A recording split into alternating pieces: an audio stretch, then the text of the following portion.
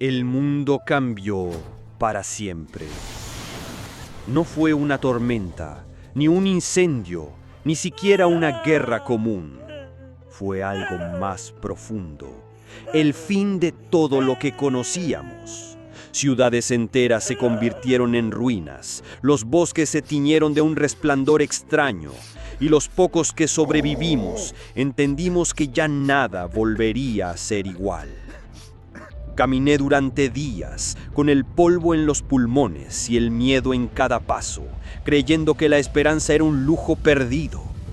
Pero entonces, entre los restos carbonizados de una biblioteca olvidada, mis garras tocaron algo distinto. Una guía, medio quemada, cubierta de cenizas. Guía de supervivencia del yermo. En ese instante lo comprendí. Sobrevivir no es cuestión de suerte, es cuestión de preparación. Cada página de este libro es un recordatorio de que, aunque el mundo esté roto, aún podemos aprender a reconstruirnos.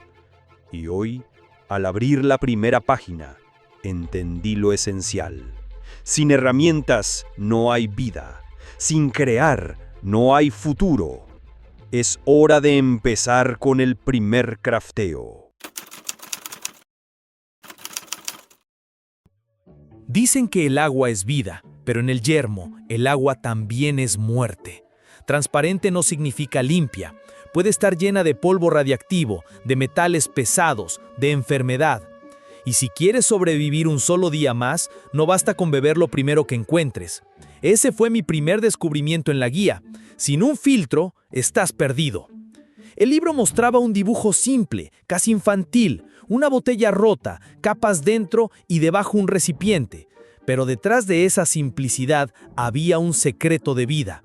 Tomé una botella vieja, derretida por el fuego de la guerra.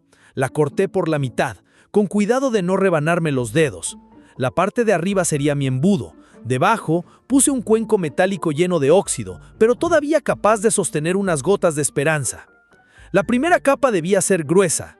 Tomé piedras rotas, trozos de ladrillo, pedazos de vidrio quebrado. Eso atraparía lo más grande: ramas, tierra, insectos muertos. Encima puse arena. No era arena de río, era polvo negro, pero aún podía cumplir su propósito: detener lo pequeño, lo invisible a simple vista. Luego vino el carbón. Encontré madera carbonizada entre las ruinas de una casa. La machaqué con mis propias garras hasta que quedó en polvo oscuro.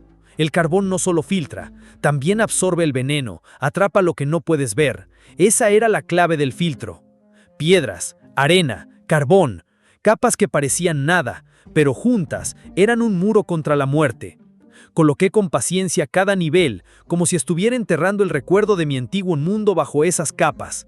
Cuando todo estuvo listo, vertí un poco de agua lodosa recogida de un charco. Cayó lentamente, goteando, como si dudara en atravesar el corazón del filtro. Gotita tras gotita, lo sucio se quedó arriba. Abajo, en el cuenco, apareció algo nuevo, agua más clara. No era perfecta, aún debía hervirse, pero era un inicio. Era mi inicio. Ese día comprendí que sobrevivir no es esperar milagros. Sobrevivir es crear milagros con tus propias manos. Con basura, con cenizas, con nada, fabricas el futuro. Y mientras observaba esas primeras gotas limpias brillar bajo el sol rojo del apocalipsis, sentí que el libro tenía razón. Sobrevivir no es suerte, es preparación. Es aprender a transformar un mundo roto en algo que aún puede dar vida. Ese fue mi primer crafting, mi primer paso en el camino del castor del apocalipsis.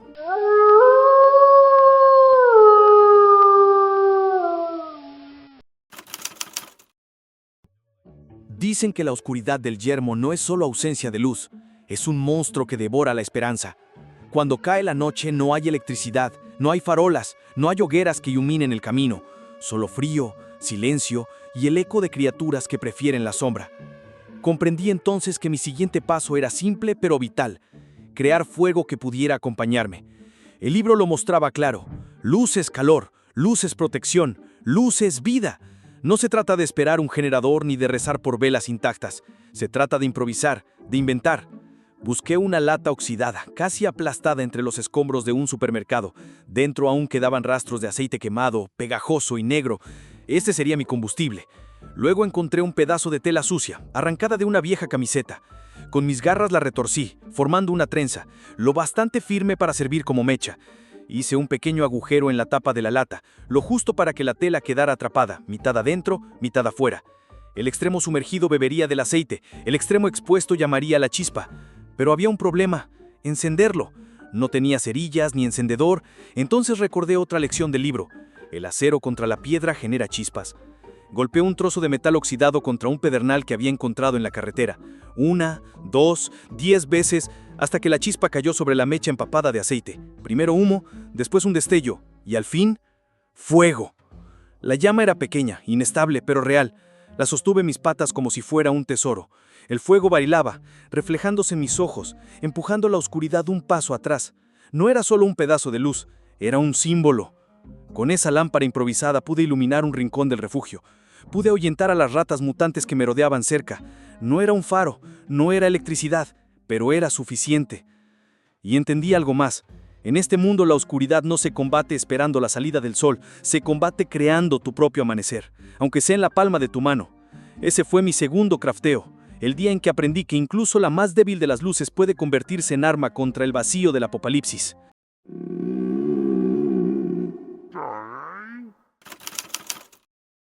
Dicen que un sobreviviente no muere por las balas ni por los monstruos, sino por el hambre. El vacío en el estómago es el enemigo más cruel porque te hace débil, lento y desesperado. Entonces entendí que el tercer crafteo no podía ser un arma ni un muro, debía ser un método para no caer de rodillas. El libro lo repetía: sin alimento no hay futuro. No se trataba de encontrar comida enlatada. Cada lata oxidada ya fue saqueada hace años. Se trataba de aprender a aprovechar lo que aún ofrece el mundo roto. Lo primero fue improvisar una trampa de lazo. Busqué un pedazo de cable eléctrico entre los restos de un auto abandonado. Con mis garras lo doblé formando un círculo corredizo. El principio era simple. Una criatura pasa, la cuerda se cierra. No necesitaba ser un cazador experto, solo paciente. La segunda opción era más inmediata: cocinar raíces y hierbas.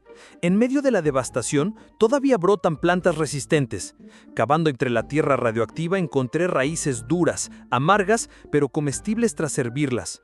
Con la lata que había usado para el fuego, improvisé una pequeña olla. El agua filtrada del primer crafteo se convirtió en caldo para purificarlas. El tercer método fue aún más ingenioso: insectos. El libro lo decía sin rodeos. En el yermo, los más pequeños son los más abundantes. Hormigas, grillos, hasta cucarachas.